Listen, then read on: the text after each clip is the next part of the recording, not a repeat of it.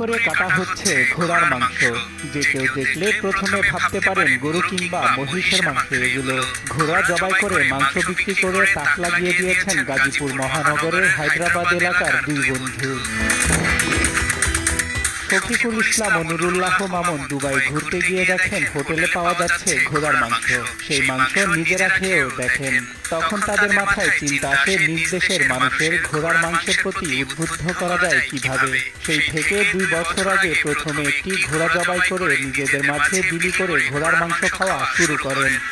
দেশের বিভিন্ন জায়গা থেকে আসে, নোয়াখালী, সিলেট ও অন্যান্য দূর অঞ্চল থেকে যারা হাদিস জানে এবং মানে তারা নিয়ে যায়। চলতি বছরের শুরুর দিকে বাণিজ্যিকভাবে ঘোড়া জবাই করে দেশের বিভিন্ন অঞ্চল থেকে আসা মানুষের মাঝে বিক্রি করা হচ্ছে ঘোড়ার মাংস। প্রতি কেজির দাম রাখা হচ্ছে 250 থেকে 300 টাকা। দুবাই গেছি, যাওয়ার পরে